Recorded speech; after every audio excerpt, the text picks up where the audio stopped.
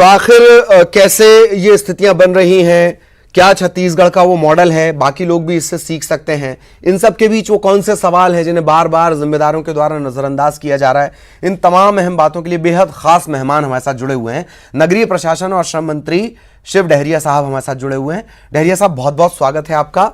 और चर्चा हम शुरू करना चाहेंगे। सबसे पहले तो टॉप 10 में आप हैं, जिस तरीके से लगातार आप कोशिश कर रहे हैं और हालात कोरोना को लेकर काबू में हैं, क्या कुछ ऐसा किया जा रहा है? अभी क्या चुनौतियां आपको अपने सामने लगती हैं डहरिया साहब? बहुत बड़ी है, लेकिन हमारी राज्य की सरकार माननीय मुख्यमंत्री जी के नेतृत्व में बड़ा अच्छा काम कर रही है। हमने नगरीय निकाय में जब स्टार्टिंग समय था 13 मार्च को ही हमने पुस्तकालय है, जिम है या सार्वजनिक स्थल जहां पे लोगों की भीड़ रहती थी, पुस्तकालय वगैरह, वो सारे बंद करवा दिए थे। और उसके बाद 19 तारीख को ही हम लोगों ने माननीय मुख्यमंत्री के नेतृत्व में एक बैठक हुई थी जब पहला केस हमारे छत्तीसगढ़ में आया था, और उसके बाद से 144 उसके बाद से लगा दिया गया। पूरे प्रदेश में लॉकडाउन की स्थिति कर दी गई, जिससे हमारे प्रदेश में संक्रमण ज्यादा नहीं बढ़ा। पूरे प्रदेश में 36 मरीज इसके संक्रमित पाए गए, जिसमें से 25 लोग ठीक होकर अपने घर जा चुके हैं। 11 लोग हैं, वो भी अब बहुत जल्दी उनकी भी अस्पताल से छुट्टी हो जाएगी जी। और हमारे बहुत सारे जिले हैं जहां इस तरह की कहीं कोई घटनाएं नहीं हुई। एक जिला जो हमारा कोरबा है, उसका कटघोरा जो है, ये रेड जोन में है। अधिकांश लोग संक्रमित वहीं से पाए गए जो बाहर से आए थे जी। और लोगों को ये शुरुआत में आपने कटघोरा की बात कही, ये लगातार आपकी सरकार के लिए चुनौती बना हुआ है। शुरुआत में आपने कहा था कि हम कटघोरा जब सील किया गया था कि हम हर किसी की वहां जांच कराएंगे। आबादी तकरीबन वहां की 1 लाख और जांच अभी तक सिर्फ 1400 हो पाई हैं। मंत्री जी, नहीं, जो इससे प्रभावित जो लोग थे उनकी जांच हो रही है, और अब तो सभी लोगों के जांच के आदेश हो गए हैं वहां पे जी। और उसकी जांच की प्रक्रिया भी प्रारंभ हो गई है। हम लोग रैंडम पद्धति से भी जांच की प्रक्रिया प्रारंभ कर दी गई है। हमारे स्वास्थ्य सचिव भी कल वहां का दौरा करके आई हैं और उन्होंने जांच किट्स अधिकांश संख्या में उपलब्ध कराए हैं, तो वहां पे जांच की प्रक्रिया भी तेज हो गई है। और अभी जो जांच हुई उसमें कल की डेट में और आज की डेट में कोई संक्रमित नहीं पाया गया है। हमारी सरकार ने इन पूरे प्रदेश में नगरीय निकाय में जो व्यवस्थाएं होनी चाहिए, पेयजल की व्यवस्था है, सफाई की व्यवस्था है, हमारा डोर टू डोर कचरा कलेक्शन और स्ट्रीट लाइट की व्यवस्था है, इन सब चीजों को दुरुस्त करके रखा हुआ है और कहीं कोई इस तरह की दिक्कत नहीं हो रही है।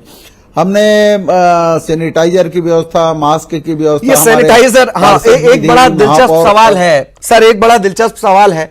सैनिटाइजर का आपने जिक्र किया और 2 सैनिटाइजर टनल खुद आपने, मेरा ख्याल है, एक आपके जो सरकारी आवास है वहां पर लगी हुई है, एक पीसीसी दफ्तर में भी लगी हुई है। आप तो बड़े जिम्मेदार मंत्री हैं, जमीन से जुड़े हुए, आपको नहीं लगता है कि इनकी जरूरत दूसरी जगहों पर ज्यादा थी? 2 सैनिटाइजर टनल की मैं बात कर रहा हूं सर। हमने इसको नहीं लगवाया है, ये स्वयंसेवी संस्थाएं हैं उन लोगों ने यहाँ पे लगाया है, और अगर जरूरत पड़ेगी तो निश्चित रूप से आवश्यकता होगी तो और भी जगह इसको लगाने की व्यवस्था की जाएगी जी। और हमारी सरकार ने मुझे पूरी उम्मीद है आप इन एनजीओ को डांट भी लगाएंगे और इन्हें समझाएंगे कि इन्हें काम कहीं और करने की जरूरत है। एटलीस्ट शिव डहरिया से तो ये उम्मीद की जा सकती है।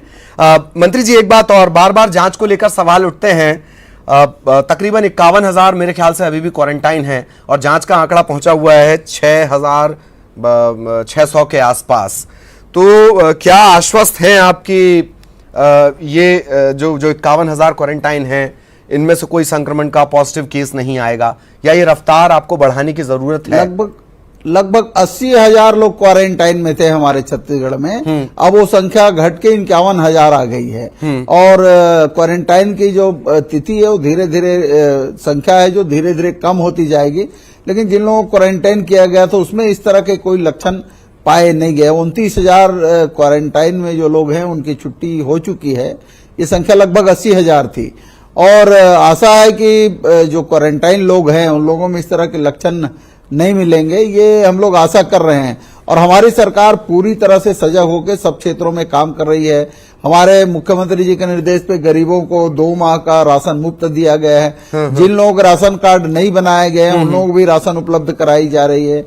हमारे श्रम विभाग है, उस श्रम विभाग के हमारे जो सचिव हैं वोरा जी, उनको हमने एक प्रदेश का नोडल अफसर बनाया हुआ है जी। जो पूरे प्रदेश में जो अन्य प्रदेश के श्रमिक हैं उन श्रमिकों के भोजन की व्यवस्था, रहने की व्यवस्था और अन्य व्यवस्थाओं को देख रहे हैं। इसके अलावा हमारे प्रदेश के लगभग 80,000 मजदूर जो अन्य प्रदेशों में हैं, हाँ, उन प्रदेशों से संपर्क करके उनके रहने की व्यवस्था, उनके भोजन की व्यवस्था, स्वास्थ्य की व्यवस्था और अन्य व्यवस्थाएं करने का काम भी सरकार कर रही है। हमारे हेल्पलाइन नंबर है, स्टेट के हेल्पलाइन नंबर अलग बनाए गए हैं और सभी जिलों के लिए अलग अलग हेल्पलाइन नंबर बनाए गए हैं। वहां पे वो सूचना देंगे तो उनको पूरी तरह से मदद पहुंचाने की व्यवस्था की जाए। ये एक बात और आपसे निवेदन करना चाहूंगा कि कुछ राज्यों में जो हमारे प्रदेश के श्रमिक हैं, हमारे द्वारा उनको राशि भी उपलब्ध कराई गई, लगभग 1 करोड़ से ज्यादा राशि उपलब्ध कराई गई है। फिर हमने 24 लाख रुपया अलग जारी किया है उन लोगों के लिए, उनके खाते में डलवाए भी गए हैं। लेकिन उस राज्य में जैसे जम्मू कश्मीर है, हाँ, और कर्नाटक है, महाराष्ट्र है, इन राज्यों में थोड़ी दिक्कत हो रही है। व्यवस्था करने के बाद भी उन लोगों को व्यवस्था नहीं मिल पा रही है, जिससे हम लोग चिंतित हैं कि अन्य प्रदेश में जो हमारे श्रमिक हैं उनकी व्यवस्था होनी चाहिए। हमारे द्वारा यहाँ से व्यवस्था करने के बाद भी इन राज्यों में कुछ जगह दिक्कत है, लेकिन उसको सुधारने की व्यवस्था हम लोग कर रहे हैं। और हमने यहाँ प्रत्येक जिले को 20-20 लाख रुपया, बड़े जिलों को 10-10 लाख रुपया, छोटे जिलों को जारी किया है ताकि ऐसे गरीब लोगों को, मजदूरों को ये अच्छी बात है। मजदूरों से जुड़े फैसले वैसे भी जल्दी ले लिए जाने चाहिए। कोटा में बच्चों के भी ये मेरा क्वेश्चन है सर, बहुत शॉर्ट में इसका जवाब। कोटा में क्या छत्तीसगढ़ के कुछ बच्चे हैं, इनके लिए भी कोई व्यवस्था की जाएगी इन्हें वापस लाने की? निश्चित रूप से माननीय मुख्यमंत्री इस मामले को देख रहे हैं। वहां के राजस्थान के मुख्यमंत्री जी से बात हुई, उन्होंने कहा है कि वहां पे जो बच्चे हैं उनको पूरी व्यवस्था वहां की सरकार, राजस्थान की सरकार कर रही है, लेकिन इसके लिए अनुमति केंद्र की सरकार देगी। हाँ। क्योंकि हमारे केंद्रीय गृह मंत्री जी ने कहा है कि जो जहां है वो उसी स्थिति में जहां है वहीं रहेंगे और उनकी वहीं व्यवस्था की जाएगी। कुछ राज्यों ने इसका पालन नहीं किया, जैसे उत्तर प्रदेश ने सबके बावजूद उन्होंने बड़े पैमाने पर मध्य प्रदेश भी तैयारी कर रहा है, लेकिन अनुमति मिले हमको केंद्र सरकार से तो हमारी सरकार उन बच्चों को तुरंत लाने को तैयार है। जी। और इसके लिए हमारे माननीय मुख्यमंत्री जी प्रयास कर रहे हैं। जी, छूट को लेकर, लॉकडाउन में छूट को लेकर ये कुछ ऐलान किए गए थे कि साहब कोई नई छूट दी जाएगी या क्या स्थितियां हैं? क्या कुछ इलाकों में आप रियायत देने जा रहे हैं लॉकडाउन को लेकर? ये बहुत शॉर्ट में सब बड़ा हमारे कृषि के हमारे कृषि के क्षेत्र है, उन क्षेत्रों में अभी जरूरत है। फसल पक गए हैं और उन फसलों को घर तक लाने के लिए कुछ छूट तो सरकार की तरफ से देने की चर्चा चल रही है और माननीय मुख्यमंत्री जी इस संबंध में बैठक रखे हैं और इसमें जल्दी निर्णय लिया जाएगा कि किन किन क्षेत्रों को छूट दी जाए। अभी तो हमारे दूध के हैं, फल सब्जियों के दुकान हैं और राशन दुकान है, जहां जरूरत है उन चीजों को, कुछ चीजों को छूट दी गई है। हाँ। और उसके लिए टाइम लिमिट किया गया है, सुबह 9 बजे से दोपहर 2 बजे तक इन चीजों के लिए छूट दी गई है। और निश्चित रूप से जहां जरूरत है, हम तो चाहते हैं कि जो जिस तरह से अन्य प्रदेशों में हमारे प्रदेश के मजदूर हैं उनकी संख्या रोज बढ़ती जा रही है। आज की स्थिति में 80,000 लोग छत्तीसगढ़ के अन्य प्रदेशों में मजदूर हैं जिनको काम नहीं मिल रहा है, इनको हाँ। भोजन की व्यवस्था नहीं हो रही है, उनको हम लाना चाहते हैं। केंद्र छूट दे तो उस हिसाब से जी मैं आपको जा सकती है। बड़े इंपॉर्टेंट सवाल है, कुछ और एक और पहलू है, बीमारी का ही वो पहलू है, उसको लेकर हम सवाल करेंगे। प्लीज आप हमारे साथ बने रहें। तो बेहद जिम्मेदार शिव डहरिया साहब हमारे साथ बने हुए हैं लगातार। और एक और पहलू जो है बीमारी का, मैंने शुरुआत में ही विरोधाभास का जिक्र किया था, उस विरोधाभासी पहलू पर बातचीत करेंगे ब्रेक के बाद। बाद आपका स्वागत है। बेहद खास मेहमान डॉक्टर शिव डहरिया साहब हमारे साथ लगातार बने हुए हैं। जिस विरोधाभास की मैंने शुरुआत में जिक्र की थी वो विरोधाभास है पीलिया का। पीलिया के मरीजों की संख्या तकरीबन 370 इस साल पहुंच चुकी है। 145 लोगों का इलाज चल रहा है, 63 डिस्चार्ज हो चुके हैं।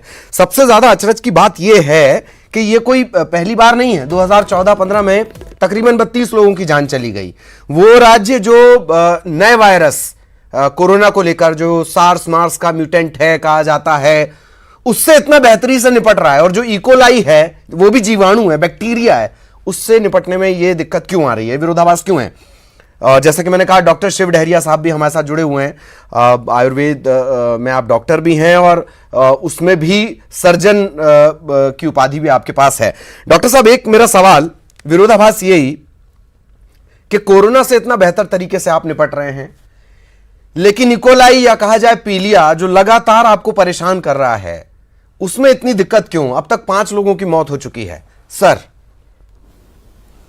देखिए, ये आप जो संख्या बता रहे हैं 370, वो बढ़ के अभी लगभग 500 से ऊपर पहुंच गई है। और हमारे नगर निगम और स्वास्थ्य विभाग दोनों मिलकर इस पर निगरानी कर रहे हैं। ये हर साल होता है, लेकिन इस साल जो हमारे जल शोधन संयंत्र हैं, उस जल शोधन संयंत्र में जो फिल्टर होते हैं वो अधिकारियों की गलती से नहीं बदले जा सके थे, जिससे इस तरह के अशुद्ध पानी सप्लाई हुआ, जिसके कारण इस तरह की घटनाएं आई। जी। अब एक नाला था जो पूरे शहर के गंदे पानी है, वो नाला जाके एनीकट में मिलता था, वहां से पानी की सप्लाई होती थी। पिछले सरकार ने जो एसटीपी बनाने की व्यवस्था थी उसमें कहीं कोई व्यवस्था नहीं की जी। और नाले का पानी सीधे एनीकट में आता था, एनीकट से सीधा जल संयंत्र। लेकिन ये बड़े अचरज की बात है, अब नाले को हमने अलग करवा दिया है। और जो आपके नए महापौर हैं वो तो बहुत ही एक्टिव हैं, कभी कभी तो ओवर एक्टिव जैसी स्थिति आ जाती है। तो फिर भी ये स्थितियां क्यों बनी रही? 4 बार हाईकोर्ट की फटकार, आप इसकी गंभीरता को समझ सकते हैं डॉक्टर साहब? देखिए, पिछले समय 15 साल से हमारे छत्तीसगढ़ में बीजेपी की सरकार रही है और उन्होंने कभी रायपुर के पेयजल, शुद्ध पेयजल मिले, इसकी व्यवस्था के लिए कोई विशेष काम नहीं किया। हमारे जो महापौर रहे हैं, हमारे कांग्रेस के जो महापौर थे, उन लोगों ने प्रयास किया, लेकिन उन लोगों के बात पर विश्वास पिछली सरकार ने नहीं किया। जी जी। उन लोगों ने कहा था कि जो पाइपलाइन है उनको बदलना चाहिए। 60 किलोमीटर पाइपलाइन है, उसको बदलने की मियाद 5 साल पहले खत्म हो चुकी थी, लेकिन उसको नहीं बदला। हमने 40 किलोमीटर बात आप बता रहे हैं, पाइपलाइन बदल दी है। डॉक्टर साहब प्लीज, पाइपलाइन बदल दी है और 20 किलोमीटर पाइपलाइन भी बहुत जल्दी बदल देंगे। मैं आपको रोकना चाह रहा हूं, काम चल रहा है, वक्त की बहुत कमी है। प्लीज आपको बहुत बहुत शुक्रिया आपका कि आप जुड़े।